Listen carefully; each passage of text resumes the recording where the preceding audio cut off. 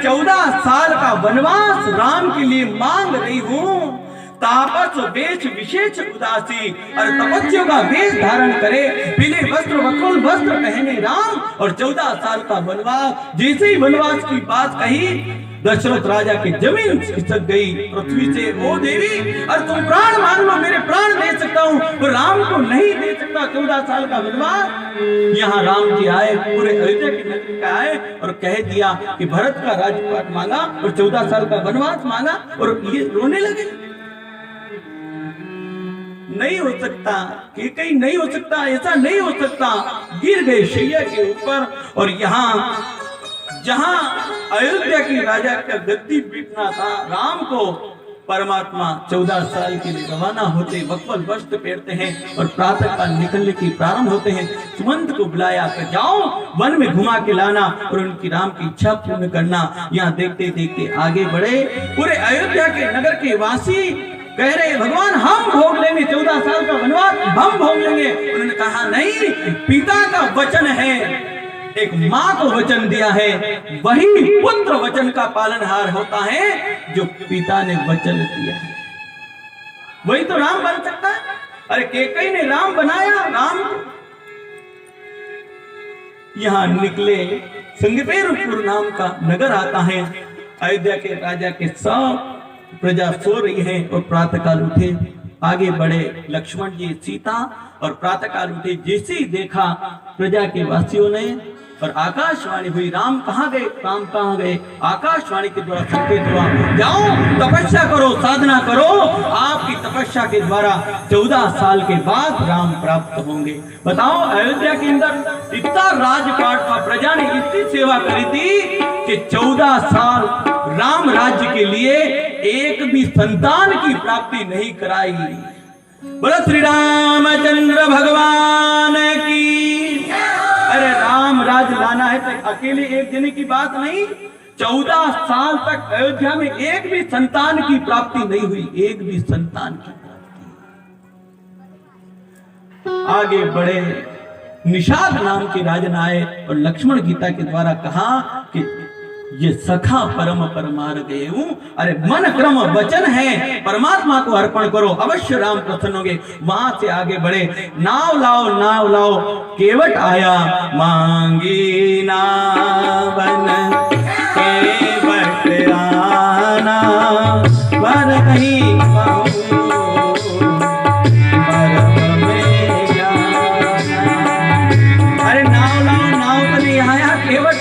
केवट कह रहा है आपके मर्म को जानता हूँ, आपके मर्म को जानता हूँ। तो उन्होंने कहा कौन के मर्म को जानते हो? ओ केवट, सुलत सिला गई नारी तमारी। अरे एक देवी हुई है, केवल आपके रज प्राप्त हुआ और देवी अहिल्या के रूप में प्राप्त हुई।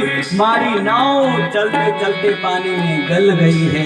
वो तो देखकर नाव स्त्री बन जाएगी। भगवान क्या इच्छा है तुम्हारी? उन्होंने कहा मैं तो पेड़ धोना चाहता हूँ। उन्होंने कहा जो आज्ञा।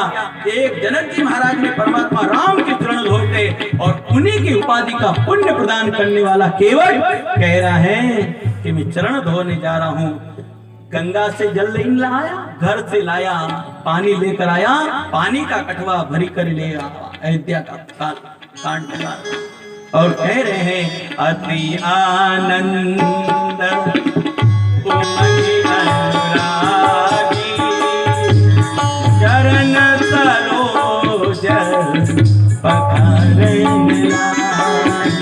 अति आनंद से, उमंग से, प्रेम और भक्ति के भाव से परमात्मा राम के चरण धो रहे हैं। और जिसे चरण धोया और सीता चढ़े हुए। अरे धन रात के हाथ धन तक की राम कथा करो नहीं तो पूरी नहीं रे। क्या हरि कथा, हरि अनंत कथाएं। कहते कहते थक जाओ, जीवन के अंदर राम कथा पूर्ण नहीं होती है। आगे बढ़े, मुद्रिका दी। केवट ने कहा आप सरोवर पर आए हो, अवश्य मैंने पार किया, मैं भी भव सागर की आऊंगा, तुम भी भव सागर। आगे बढ़े, अनुसुईया माँ के आश्रम में गए, चित्रकूट पर गए। और बैठे हैं, ध्यान करे, तपस्या करे। परमात्मा ने सीता को माया का सहारा दिया और अग्नि में स्नान कराया, मारीच आया और सीता को लेकर जा रहा है, सीता को लेकर जा रहा है। यहाँ भूत रोए, परमात्मा जा रहे आगे बढ़ते हुए। एक केवट मिला रक्षा करते हुए, केवट के पंख काट दिए रावण ने और उठाया। परमात्मा का ध्यान करते करते एक सत धर्म की पालना के लिए, सत धर्म में, युद्ध में अपने जीवन का बलिदान करना हो तो वह सबसे बड़ा सत्कर्म है, सबसे बड़ा जीवन के अंदर सत्कर्म। बताओ, अरे आज अपने पुत्र को सत्कर्म के लिए बढ़ाओगे तो वो नहीं जाएगा जीवन के अंदर। आज मुझे वो याद आ रहा है 14 फरवरी का दिन और 44 जने वीर शहीद को प्राप्त हुए कि नहीं हुए जीवन के अंदर। अरे एक अबला सीता रो रही है और सीता के रूप में बचाने के लिए वह जटायु लड़ने के लिए प्रारंभ हुआ। बताओ, अरे 44 जने पुलवामा गांव के अंदर शहीद हुए। बताओ कितनी बड़ा राज और सेवा की रक्षा करने वाले। बोलो भारत माता की, उन शहीदों की जिन्होंने अपने प्राण दिए। अरे शहीद पर, अपने देश पर प्राण देने वाले उनको, उनकी मां को, उनके पिता को हम चरणों में वंदन करते हुए। बताओ, अरे परमात्मा ने भी देश की रक्षा करी और सबकी रक्षा करी। जो गीत भारत देश का बनाया है, मैं उन संगीत के स्वर्णकार का भी मुझे याद आ रहा है। मैं पुलवामा गांव के शहीदों में शहीद हुए 44 शहीद। और आज जो चल रहा है वेला, हमारे लता मंगेशकर जी भी संगीत के सरस्वती स्वरूप भी नहीं रहे। उनका एक देशभक्ति का गीत याद आकर अपन आगे बढ़ते हैं। चलो एक क्षण भक्ति की ओर बढ़ते हैं, देश की ओर बढ़ते हैं। उन शहीदों के नाम के साथ में उनका नाम अमर हो रहा है। चलो परमात्मा का ध्यान करते हुए 2 मिनट के लिए बोलो भारत माता की। यह आवाज गाँव में, हाँ, नहीं तो कृष्ण जन्म नहीं लेगा। हाँ, एक भाव के साथ में बोलो भारत माता की। मेरे वतन के लोग बड़े भाव से आँख में भर लो पानी। मेरे वतन के लोग जरा आँख में भर लो पानी।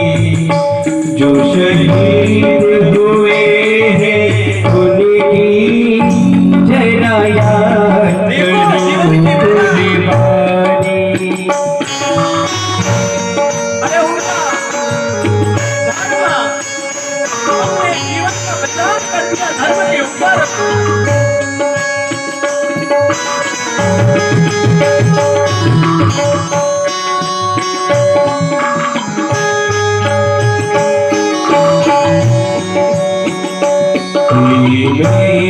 वतन के लोगों जरा आँख में भर लो पानी। जो शहीद हुए हैं उनकी जरा याद करो कुर्बानी।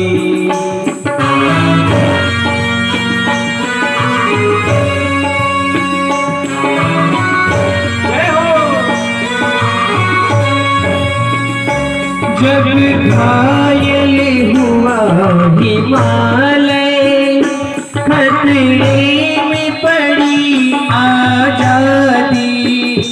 जब घायल हुआ हिमालय, खतरे में पड़ी आजादी। जब तक थी सांस लड़े थी, जब तक थी सांस लड़े वो, वीरों ने लाश बिछा दी। संगीन पे धर कर माथा वो पहले बलिदानी। जो शहीद हुए हैं उनकी जरा याद करो मेरे वतन के लोगों, जरा आँख में भर लो पानी।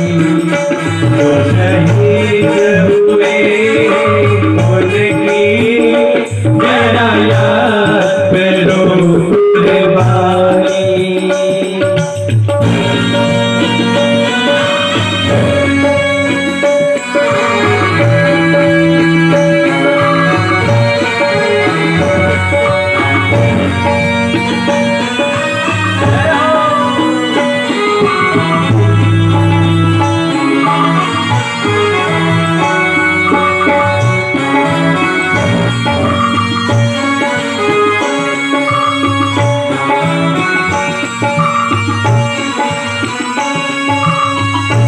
जब देश में थी दीवानी, वो खेल रहे थे होली। जब देश में थी दीवानी, वो खेल रहे थे होली। जब हम बैठे थे घरों में, मुझे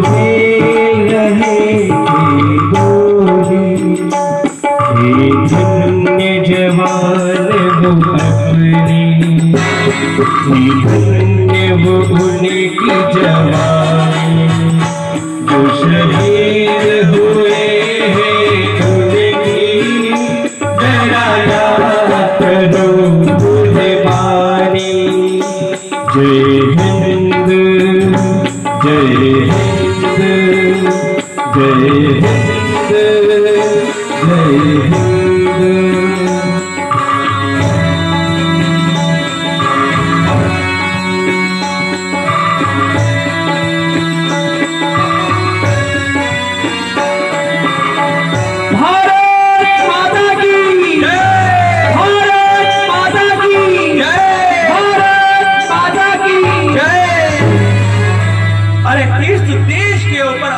शरीर का बलिदान करना, इससे बड़ा कोई सत्कर्म नहीं है।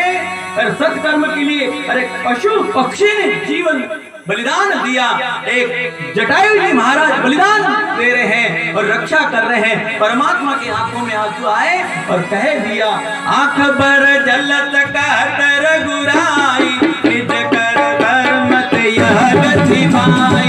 आंख बर जलत कहत रघुराई, निज निज कर्म से यह गति पाई। अरे निज कर्म से व्यक्ति सदगति प्रदान करता है और अपने ही कर्म से व्यक्ति पतन की ओर बढ़ता है। सारा वृतांत होता है। हनुमान जी महाराज जाते हैं, सीता का पता लगाते हैं, सारी राम कथा का, रावण और राम का युद्ध होता है। हम तो यही कहेंगे कि राम कथा अनुकरणीय है और कृष्ण कथा चिंतनीय है। अरे राम जी ने जो किया है वो अपन कर सकते हैं, और जो कन्हैया ने किया है वो नहीं कर सकते, वो नहीं कर सकते। राम को अपने जीवन में उतारो। अरे राम के शरीर ने कम भाव सागर से पार किया, पर राम के नाम ने हजारों लाखों करोड़ों शरीर को पार कर दिया भव सागर से। हम तो यही कहेंगे, यहाँ 9वां स्कंद परिपूर्ण की ओर बढ़ रहा है। यहाँ 24वां अध्याय पूर्ण होता है 9वीं स्कंद के अंदर, और यहाँ देखते ही देखते 5वां स्कंद संध्या काल होते होते जा रहा है। और शुद्धदेव भगवान ने राजन की परीक्षा ली। ओ राजन, ओ राजन, अरे 5 दिन हो गए, 5 दिन उठो, स्नान करो, दर्शन करो, पुण्य करो, सेवा करो, पूजन करो, ध्यान करो, भोजन करो, जल का पान करो। उन्होंने कहा, ओ गुरुदेव 5 दिन हो गए। परीक्षा ली शुद्धदेव भगवान ने, कन्हैया की कथा आ रही है और परीक्षा ली शुद्धदेव भगवान ने राजन परीक्षित थे, और उन्होंने कह दिया कि भगवान गुरुदेव, अरे 5 दिन तक तो आपने भोजन का नहीं पूछा, विरल गति से कथा बताई, और यहाँ कृष्ण कथा की बात आई, अब कह रहे हो अब मुझे भूख नहीं लग रही, मुझे प्यास नहीं लग रही, मुझे कन्हैया का जीवन का वृतांत बताओ, कृष्ण कथा बताओ। बताओ, भागवत में मुख्य कथा है कृष्ण कथा, मुख्य कथा कृष्ण। पर यहाँ एक स्कंद से लगाकर 10-9 स्कंद तक ऐसी कथा बताई शुकदेव भगवान ने राजा के मन को बांध दिया और कह दिया अब तो कृष्ण कथा मुझे विस्तार से कहो। शुकदेव भगवान ने कहा ओ राजन, जिसकी कथा है वही कहने वाला है। अब किसकी कथा हो रही है? यहाँ शुकदेव भगवान नहीं बोल रहे। और गुरुदेव ने अपने गुरु को याद किया राधा को, और राधा आई और शुकदेव भगवान के शरीर में और वाणी में प्रवेश करती हैं। राधा का नाम भागवत में नहीं है। पूरी भागवत को उठाकर देख लो, पढ़कर और बांच कर देख लो, पूरा भागवत बांचोगे तो राधा का नाम नहीं मिलेगा। क्यों नहीं? क्योंकि राधा ही स्वयं तो कथा कह रही है। शुकदेव भगवान ने ध्यान किया, आओ गुरु राधा, और कृष्ण कथा मेरी क्षमता नहीं, मैं कृष्ण कथा का विस्तार कर सकता हूं। और परीक्षित राजन कह रहे हैं कथा कहो, तो आओ गुरु राधा और हमारे शरीर में, हमारे वाणी में विराजमान हो। अब राधा कथा कह रही है तो बताओ, राधा कहेगी कि मैंने ऐसा किया कन्हैया के साथ में? बताओ, कहेगी कि मैंने ऐसा कहा, मैंने वो किया, मैंने रास रचा, मैंने ये किया? बताओ। राधा स्वयं कथा कह रही है और शुकदेव भगवान सानिध्य है और राजा परीक्षित सामने बैठे हुए हैं। और देखते देखते विंध्यर्म नाम का देवत, और देखते देखते ध्यान करते चंद्रवंश प्रारंभ होता है। बृहस्पति की पत्नी तारा, और तारा के यहाँ गर्भ में चंद्र का वीर प्रवेश करता है और उसी वीर से पुरुकुस नाम के एक पुत्र प्राप्त होता है और वहीं से चंद्रवंश प्रारंभ हो जाता है। बोलो बाल कन्हैया लाल की जय। उन्हीं का वंश बढ़ता हुआ चला गया और उग्रसेन जी महाराज राजा हैं, चक्रवर्ती सम्राट मथुरा नगरी के, चक्रवर्ती सम्राट मथुरा नगरी के।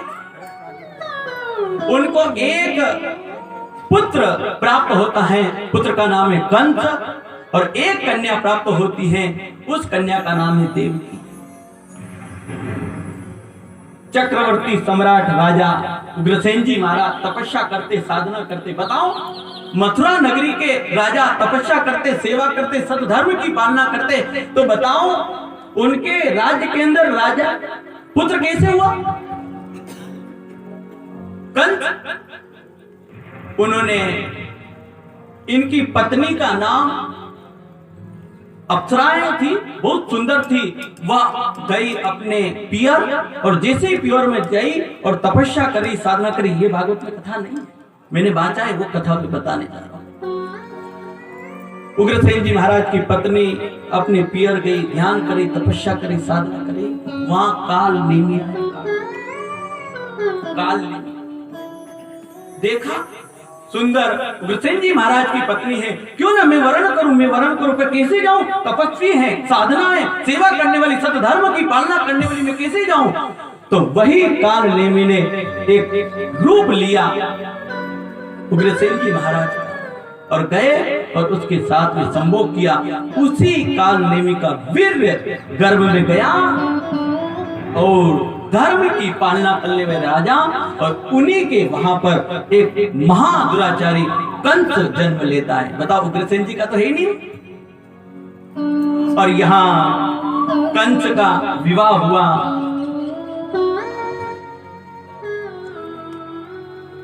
जरासंध जी महाराज की 2 कन्याओं के साथ में अस्ति और प्रातिनिका। अब यहाँ देवकी का विवाह करना, क्या करें? अब यहाँ उग्रसेन जी महाराज ने कहा, देखते देखते, ध्यान करते करते, क्यों ना अपने वसुदेव जी चक्रवर्ती सम्राट है, अपना देवकी का संबंध उनसे साथ में हो जाए तो अच्छी बात है। लग्न पत्रिका लिखी गई, देवकी का विवाह वसुदेव जी के साथ में हो रहा है और लग्न पत्रिका बांटी गई। शुभ अवसर आया और शुभ अवसर के साथ में उग्रसेन जी महाराज बैठे हैं और कंस भी है, राजा महाराजा मथुरा नगरी में विराजमान है और सेवा करते हुए कन्यादान कर रहे हैं, सेवा कर रहे हैं। और दान का भाव रखते रखते जैसे ही बहुरे हुए विदा करने के लिए कन्यादान में आगे बढ़े, तो यहाँ रथ पर सवार हुए कंस राजा और कह रहे हैं, मैं अपनी बहन को विदा करूं, मैं अपने हाथों से ये पुण्य मैं करूंगा। सारथी को अलग किया, कंस राजा बैठे और आगे बढ़ाए अपनी देवकी बहन को और वसुदेव जी को विदा कर रहे हैं विवाह के साथ में। जैसे ही प्रेम भाव के साथ में कंस राजा विदा कर रहे हैं, एक क्षण में आकाशवाणी हुई और कहा, ओ राजन कंस, जो तू प्रेम भक्ति भाव के साथ में तुम्हारी बहन को विदा कर रहा है, इसी का पुत्र 8वां बालक तुम्हारा काल होगा। जैसे ही काल की बात आई, पूरे भागवत को उठाकर देख लो, 2 जने को मालूम है काल, कन्ने मालूम नहीं। एक तो राजा परीक्षित सुन रहा है, 7वें दिन में मरने वाला हूं तक्षक से, ये काल की बात। और एक कंस राजा को मालूम हुआ कि देवकी का 8वां पुत्र मेरा काल होगा। बताओ, अब भागवत कथा सुने, किसको ही मालूम नहीं पड़ा, पर इनको मालूम पड़ा। और जैसे ही कंस राजा ने तलवार उठाई, न रहेगा बात तो कैसे बजेगी बांसुरी। आया और पटना और देवकी को मारने के लिए प्रारंभ हुआ। वसुदेव जी आए, चरणों में गिर गए। ओ राजन, अरे मत मारो, तुम्हारी बहन है, तुम्हारी बहन है। उग्रसेन जी महाराज ने कहा, ओ क्या कर रहे हो तुम, बहन को मार रहे हो। अरे दान करना है, दान करना है, कन्यादान किया, पुण्य कर्म किया। ओ पिताजी, नहीं बोलोगे, तुमने बोला है तो तुम्हें भी जेल खाने में डाल दूंगा। बताओ, अत्याचारी, राक्षस स्वरूप। या उग्रसेन जी महाराज को और वसुदेव जी देवकी को जेल खाने में डाला। और वसुदेव जी ने कहा, जो जो संतान होगी वह संतान तुम्हें लाकर दूंगा, मैंने प्रतिज्ञा करी, मैं दूंगा, अवश्य दूंगा। अब यहाँ समय बढ़ता हुआ चला गया। शुभदेव भगवान के राजन के सामने एक संतान की प्राप्ति हुई देवकी के गर्भ से, और प्रथम गर्भ का बालक लेकर गए संतान को और कंस राजा को दे दिया और कहा, लो मैंने प्रतिज्ञा करी, लो संतान लीजिएगा। उन्होंने जैसे ही देखा, ये तो पहला बालक है, जाओ जाओ, अरे 8वां काल है, पहला नहीं। अब वसुदेव जी लेकर जा रहे हैं, उधर से नारद जी महाराज आ रहे। देखा नारद जी महाराज ने, ओ सुदेव जी क्या हुआ? उन्होंने कहा, कंस राजा अभय दान दिया पुत्र को। उन्होंने कहा, ऐसा होगा तो कंस नहीं मरेगा, कुछ भी प्रश्न बताना चाहिए। उठती गए राजा के पास में, कंस के पास में, और कहा कि ओ राजन, मुझे समझ में नहीं आ रहा, मुझे समझा दीजिएगा। उन्होंने कहा, क्या बात है? उन्होंने 7 रेखा खींची भूमि के ऊपर। उन्होंने कहा, ये पहली है कि ये 8वीं है। बताओ राजन, ये 8 रेखा है, इसमें से पहली कौन सी और 8वीं कौन सी, 8वीं कौन सी और पहली कौन सी? समझ में नहीं आया राजन। एक पुष्प लिया, 8 पंखुड़ी वाला पुष्प, बताओ ये पुष्प की 8 पंखुड़ी हैं, इसमें पहली कौन सी और 8वीं कौन सी? उनको नहीं समझ में आया तो उन्होंने कह दिया, राजन, नारद जी महाराज मुझे समझ में नहीं आ रहा है, क्या है? तब उन्होंने कह दिया अपना मत कि ओ कंस राजा, देवकी का बालक काल है, पुत्र 8वां। बताओ 8वां बालक पहला भी हो सकता है और पहला 8वां भी हो सकता है। उन्होंने कहा, क्या करूं, मार दूं? तो उन्होंने कह दिया, श्रीमन नारायण नारायण नारायण, श्रीमन नारायण नारायण नारायण, श्रीमन नारायण नारायण नारायण, श्रीमन नारायण नारायण नारायण, हरि नारायण नारायण नारायण, हरि नारायण नारायण नारायण, गुरु नारायण नारायण नारायण, गुरु नारायण नारायण नारायण, श्रीमन नारायण नारायण नारायण, श्रीमन नारायण नारायण नारायण। बोलो नारायण देव की। नारद जी महाराज ने कहा, जो तुम्हारी इच्छा। अरे मैं तो यही कहूंगा कि देवकी का 8वां बालक पहला काल है और काल 8वां हो सकता है। बताओ कौन सा हो सकता है? उन्होंने कहा, गए जेल खाने में से लाए उस पुत्र को, मस्तक घुमाया और शिला पर पटका, निष्प्राण हो जाता है पुत्र। 1 दिन का बालक। ऐसे करते हुए 6 बालक की मृत्यु प्रदान कर दी कंस राजा ने। 6 मृत्यु को प्राप्त बालक।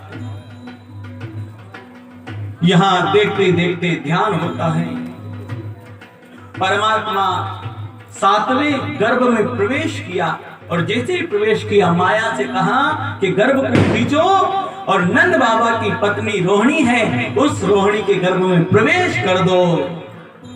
माया आई और देवकी के गर्भ से खींचा गर्भ, और जैसे ही प्रवेश किया रोहिणी के, और परमात्मा का वही शुभ अवसर आता है। ये 7वां बालक, अब यहाँ कंस राजा कह रहा है कि अब तो ऐसा भय हो गया कि अब तो संतान की प्राप्ति नहीं हो रही है, गर्भ गिरने लगे। और वहां श्रावण सुदी के दिन परमात्मा का अवतार होता है। बोलो बलदेव अवतार की जय। बलदेव भगवान का अवतार हुआ नंद बाबा और रोहिणी के वहां पर गर्भ के अंदर। यहाँ समय बढ़ता हुआ चला गया। यहाँ शुभदेव भगवान कथा कह रहे हैं, वही गर्भ में परमात्मा प्रवेश करते हैं। कारागर जेल खाना लगा हुआ, बंधन से बंधा हुआ है। भादवा कृष्ण पक्ष की अष्टमी तिथि, अष्टमी तिथि भादवा कृष्ण पक्ष की अष्टमी तिथि है, और रोहिणी नक्षत्र है। रोहिणी नक्षत्र रात की 12 बज रही है, और रात की 12 बजे चंद्रमा को आधे उदय होना चाहिए, आधा। अष्टमी तिथि आधा ही उदय होना चाहिए, पर परमात्मा के आगमन पर और जन्म दिवस पर चंद्रमा जी महाराज पूर्ण उदय हो गए। परमात्मा का विरल जन्म उत्सव को देखने के लिए, जन्म कन्हैया के दर्शन करने के लिए चंद्रमा जी महाराज पूर्ण कलाओं के साथ में उदय हुए। यहाँ गर्भ में प्रवेश किया, और जैसे ही समय हुआ रात की 12 बजे परमात्मा स्वयं पधारे। सब सोए हुए हैं, राजा महाराजा सिपाही जेल खाने के सभी व्यक्ति सोए, हाथों में जंजीर, बेड़ियों में, गले में बेड़ी जंजीर लगी हुई है। और 2 प्राणी जग रहे हैं, एक तो देवकी और एक वसुदेव जी महाराज। और परमात्मा ने 4 भुजानाथ के रूप लिया और कह दिया कि ओ पिताजी, अरे मेरे को मत रखना, एक शोक में उठाना, जैसे ही मेरा जन्म हो शोक में उठाना। और गोकुल गांव के अंदर नंद बाबा के आंगन के वहां पर एक कन्या हुई है, माया का रूप है, भगवती का रूप, वहां मुझे सुला देना, और वहां से देवी भगवती को उठाकर लाना और ये काम कर देना पिताजी, मां, और सब कार्य हो जाएगा। परमात्मा ने दर्शन दिया, वही शुभ रोहिणी नक्षत्र का पुण्य काल आया, सर्वसिद्धि प्रसिद्धि का योग आया, और भादवा कृष्ण पक्ष की अष्टमी और अर्धरात्रि के दिन परमात्मा स्वयं पधारे। बोलो बाल कन्हैया लाल की। कन्हैया स्वयं पधारे। जैसे ही परमात्मा का अवतरण हुआ, निराकार ब्रह्म परमात्मा साकार बनकर वसुदेव जी देवकी के सामने आए, सौंप लिया। जैसे ही सौंप में बिठाए तो परमात्मा थे तो बंधन से मुक्त हो गए। वसुदेव जी बंधन से मुक्त हो गए, और जंजीरियां थी, बेड़ियां थी, हथकड़ी थी, सब अलग हो गए। जैसे ही उठकर चलना प्रारंभ किया, जैसे जैसे चलते हैं, जैसे जैसे जल खाने से दरवाजे खुलते जा रहे हैं और आगे बढ़ते जा रहे हैं। और यहाँ यमुना नदी आई, और यमुना नदी में जैसे ही प्रवेश किया, यमुना नदी ने विचार किया, मेरा प्राणों का आधार कन्हैया का जन्म हुआ, क्यों ना मैं चरण धोऊं। यमुना नदी उफान पर आई और चरणों को धो दिया। कन्हैया ने पैर नीचे डाला भगवान नारायण ने, और चरण का रज लगा, परमात्मा का चरण यमुना नदी को स्पर्श किया। यमुना नदी कम हुई, आगे गए गोकुल गांव के अंदर, नंद बाबा के आंगन में पहुंचे वसुदेव जी महाराज, और जैसे ही सुलाया, वहां से शोक में रखा माँ भगवती कन्या को और लेकर आए। जैसे माया आई तो अपने आप जेल खाने बंद हो रहे हैं, रखा जेल खाने के अंदर, बेरिया हथियार सब लग जाती हैं। और जैसे ही भगवती माया का रूप आया और माँ रोने लगी। जैसे ही रोने की आवाज आई, कन्या हुई है। सिपाही जागे, राजा से कहा अर्धरात्रि को कन्या हुई है, आओ कन्या हुई है। राजा आए कंसल, और उन्होंने कहा कि इसका पति मार सकता है मुझे, इसका भानेज मार सकता है, इसका पुत्र मुझे मार सकता है, कुछ भी मार सकता है, क्यों ना। उसको उठाया और जैसे ही शिला पड़ी थी मस्तक पर घुमाया, और मस्तक पर घुमाते घुमाते जो पटकना चाहा, माँ भगवती जगदम्बिका ने नव दुर्गा का अवतार लिया। बोले जगदम्बे मात की। और लात मारी कंस राजा को और कहा, ओ राजन क्या मारोगा। मुझे मारने वाला नहीं, तुम्हारे मारने वाले का काल का जन्म हो चुका है गोकुल गांव के अंदर। भगवती के रूप में विराजमान हुई माया, और यहाँ देखते देखते सुखदेव भगवान ने कहा, ओ राजन, कन्हैया का जन्म उत्सव हो रहा प्रातः काल, चलो कन्हैया के जन्म उत्सव पर नंद बाबा के गोकुल के गांव में चलते हैं और परमात्मा का ध्यान करते हैं। गौशाला तीर्थ गोलोक धाम में बहुत बड़ा जन्म उत्सव का आयोजन, महा उत्सव का आयोजन भक्ति भाव के साथ में कन्हैया आ रहे हैं, भाव के साथ में, प्रेम के साथ में। चलो गोकुल गांव के अंदर परमात्मा नारायण का कन्हैया का उत्सव हो रहा है बड़े भाव के साथ में। नंद किया नंद भयो जय कन्हैया लाल की जय हो कन्हैया के जन्म उत्सव के मां। कन्हैया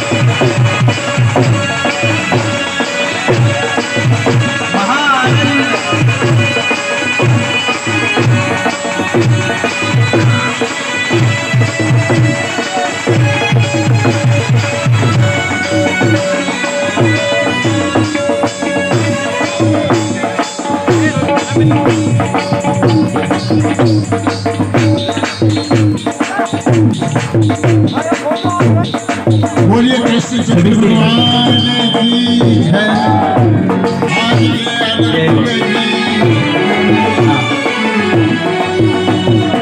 हमारे ढोल वाले से निवेदन है कि हमारे महेश जी भजन गा रहे हैं। इस भजन पर भक्त माताओं से निवेदन है, कन्हैया के जन्म उत्सव पर आपको नाचना है और नाच करके जन्म उत्सव मनाना है।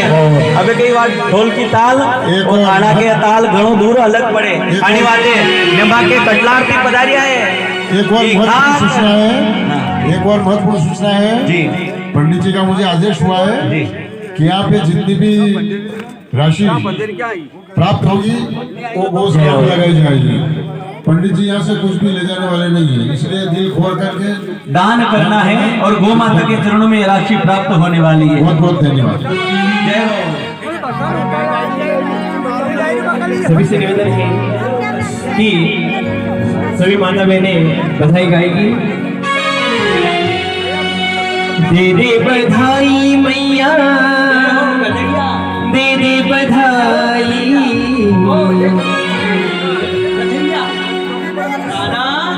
जागो कन्हैया प्यारे, दे दो बधाई।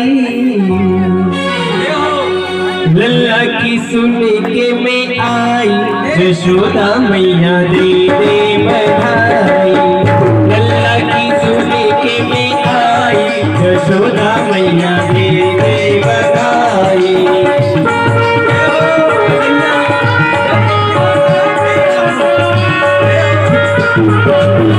लल्ला की सुन के मैं आई, यशोदा मैया दे दे बधाई।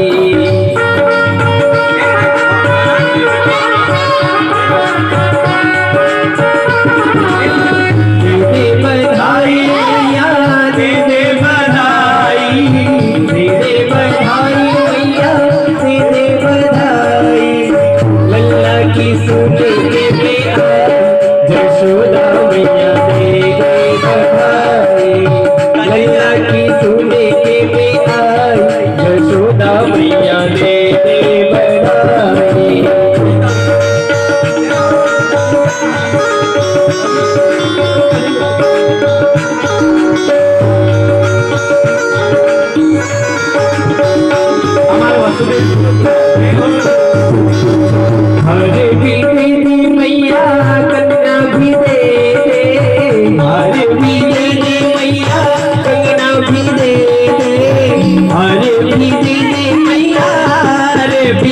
दे मैया हार भी दे दे, हार भी दे दे मैया, कंगना भी दे दे, मोतियन की दे दे बधाई, यशोदा मैया दे दे बधाई।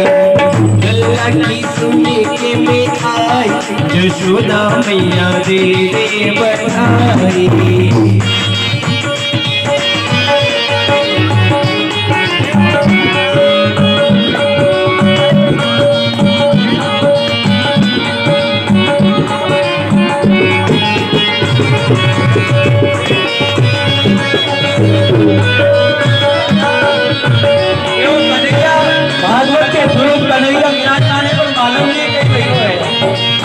एक दंड को नानो वाले मालूम नहीं पड़ती कन्हैया ने।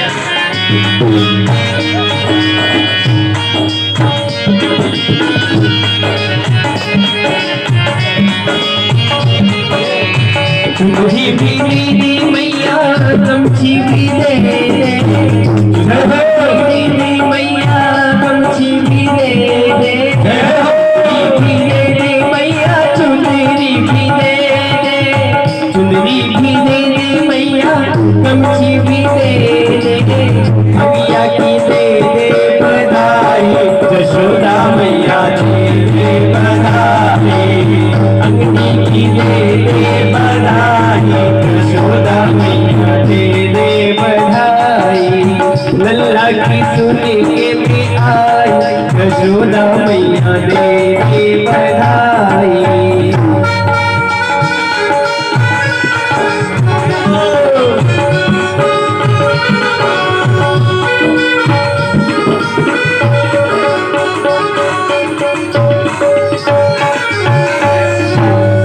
भगवान कृष्ण भगवान की जय।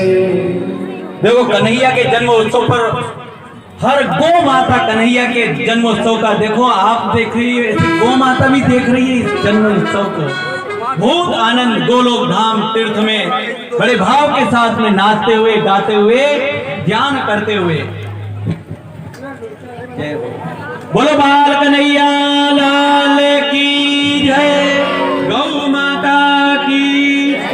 जो भी ये राशि जन्मोत्सव में प्राप्त हो रही है, एक पात्र लो और ये पूरी राशि कन्हैया के जन्मोत्सव में महा आनंद के साथ में इसे स्वीकार कर लो।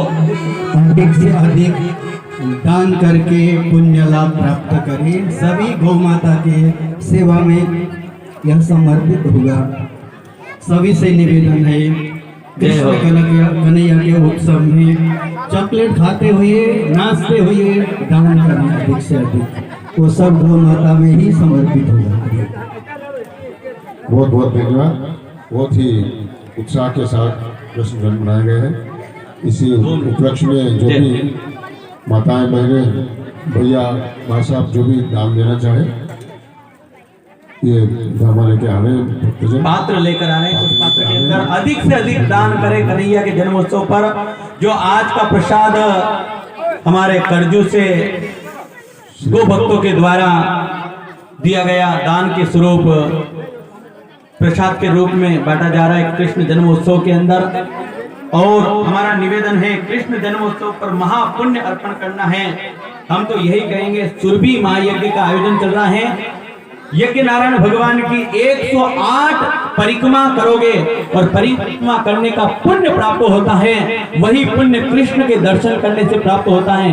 कृष्ण कन्हैया के गौशाला में दर्शन करें और यज्ञ नारायण भगवान की 108 परिक्रमा का महाफल जो अपने यज्ञ हो रहा है, सुरभि महायज्ञ का पुण्य भी आपके जीवन में प्रवेश हो। यही भाव के साथ में आओ कन्या के स्वरूप कन्हैया के जन्मोत्सव में महादान करें। जो आने वाली राशि कन्या महास्वरूप कन्हैया के जन्मोत्सव पर दान के रूप में आपको लगने वाली है और पुण्य आपको प्राप्त होने वाला, वही ध्यान करते हुए देखो। आज तो कन्हैया को जन्म दिवस भी हो, दान करनो और काले रुक्मणी मंगल, सोना चांदी हीरा जवाहरात ने और कई भी वे तो लिया जो शव। हाँ, माँ की गौशाला तैयार है। कल भी जो भी राशि आएगी वह राशि गौशाला में गौ माता के चर्पण होगी। रुक्मणी मंगल के अंदर जो भी राशि प्राप्त होगी गौशाला में गौ चरणों में जाने वाली है। और 16 तारीख महापूर्णिमा का महापर्व माघ शुद्ध पूर्णिमा के दिन जो भी अधिक से अधिक दान भागवत के अंदर भेंट करेगा वो भी राशि गौशाला के चरणों में, परमात्मा गो के चरणों में अर्पण होने वाली है। बड़े भाव के साथ में, बड़े भक्ति के साथ में सेवा करें और तन मन धन से अशो मन नहीं वे कई धुंधड़ गाती भाव जी आया ने सब पया लइया हाल तो माके करने टे कहीं नहीं आए ध्यान रखते हैं नहीं। हाँ, ये सब गौशाला में जाने वाला आपका शंका का समाप्त करें और तन मन धन से दान गौशाला में अर्पण करें कृष्ण जन्मोत्सव पर। बोलिए श्री श्री महाराज की। अब कल की तरह आज भी जो अतिथि भगा रहे हैं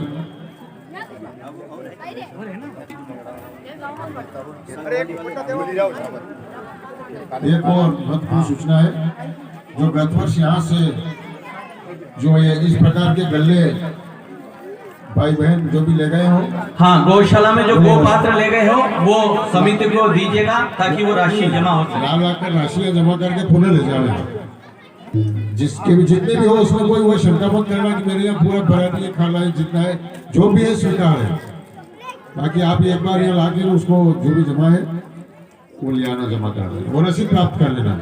दूसरी बात है, कल की तरह आज भी जो आगंतुक पधारे हैं उनका जो बहुत बहुत सहयोग गौशाला में, उनमें हमारे सगवाली रावले श्रीमान नारायण सिंह जी साहब, नारायण सिंह जी चितलाना पधारे और सगवाली वाले नागेंद्र सिंह जी साहब पधारे, कोड़ाना से पधारे आदरणीय बलवंत सिंह जी साहब, खजुरिया से रामनिवास जी, जयपुर से पधारे हमारे राजमल जी मंत्री साहब।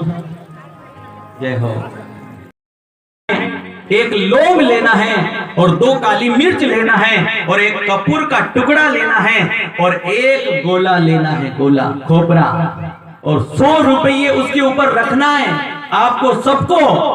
देखो बात कही है, हाँ, ये काहे के लिए सुन लेना, ये महा कोरोना वायरस को दूर करने के लिए इस हमारे ब्रह्मांड के ऊपर ये वेला नहीं आए और शुभ वेला शुभ कार्य के द्वारा ये जो आने वाली विपत्तियां दूर हो जाए। ये काली मिर्च और कपूर और लौंग ये सब यहाँ सुरभि महायज्ञ हो रहा है, जो आपका दिया गया वो कपूर और लौंग, इलायची और काली मिर्च से हवन होगा। जो गोला है वो गोला को गौ माता का नैवेद्य में जो लापसी बन रही है उस लापसी में नैवेद्य अर्पण किया जाएगा। जो 100 रुपये देगा वो गौ माता के चरणों में अर्पण होगा। गौ माता की। अब यह बात कीजिए, आप जानो नहीं तो कोरोना वैसा फिर आवेगा, ये ध्यान रखियो। बोलो भागवत महापुराण की जय। सबको लेकर आना है और गौ माता के रुक्मिणी मंगल में ये दान का भाव और वायरस को दूर करने के लिए प्रक्रिया कर्म करना है। अपने स्थान पर उठो और कन्हैया की आरती करो और पुनः रुक्मिणी मंगल में कल प्रवेश करना है। ओम यम वेदान्तविदो वदन्ति वयं प्रधानं पुरुषोत्थामि विश्वगणिका रणेश्वरं तस्मै नमो विघ्नविनाशनाय तस्मै नमो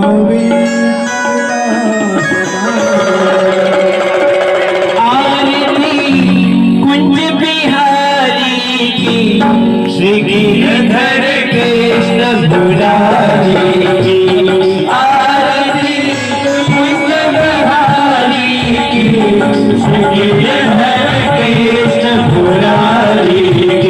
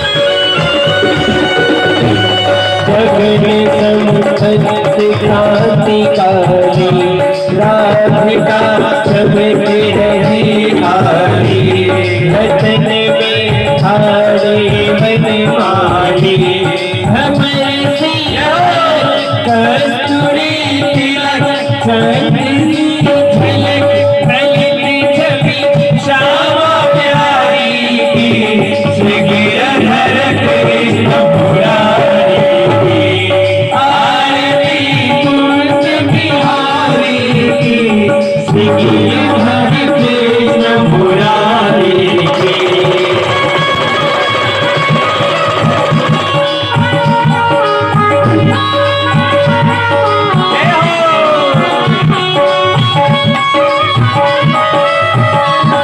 आनंद महाआनंद महापरमानंद। कनकमय मोर मुकुट विलसे, देवता दर्शन को तरसे, गगन सोम रास बरसे, बड़ी मूर्छन मधुर मिलित, ग्वालिनी सन अतुलयति गोपी कुमारी की, श्री गिरधर कृष्ण मुरारी की, आरती कुंज बिहारी की, श्री गिरधर कृष्ण मुरारी की।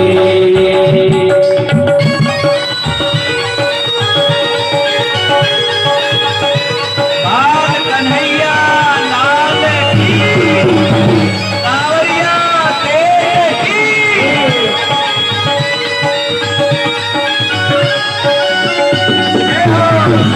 चौहाचे प्रकट भई गंगा, कलुष कलिहारिणी श्री गंगा, स्मरण के होत मोह भंगा, बसी शिव शिव जाकी बिक, हरि अध किच चरण छवि शिव निवारी की, श्री गिरधर कृष्ण मुरारी की, आरती कुंज बिहारी की, श्री गिरधर कृष्ण मुरारी की।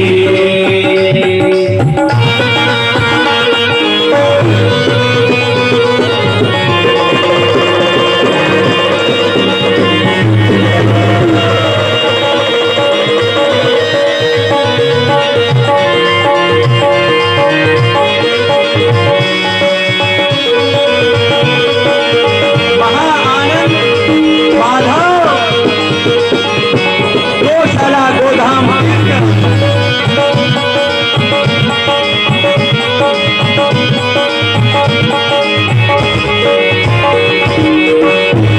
चमकती बजन ही वृंदावन बेरो, चहु हसत मधुम चांदनी चले, कटक भव पट तेरे सुन तीन बिहारी की, श्री गिरधर कृष्ण मुरारी की, आरती कुंज बिहारी की, श्री गिरधर कृष्ण मुरारी की।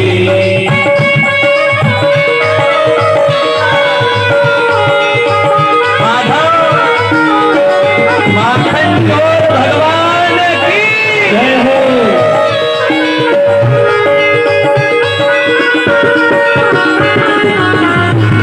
आरती कुंज बिहारी की, श्री गिरधर कृष्ण मुरारी की, आरती कुंज बिहारी की, श्री गिरधर कृष्ण मुरारी की, आरती कृष्ण मुरारी की, श्री गिरधर कृष्ण मुरारी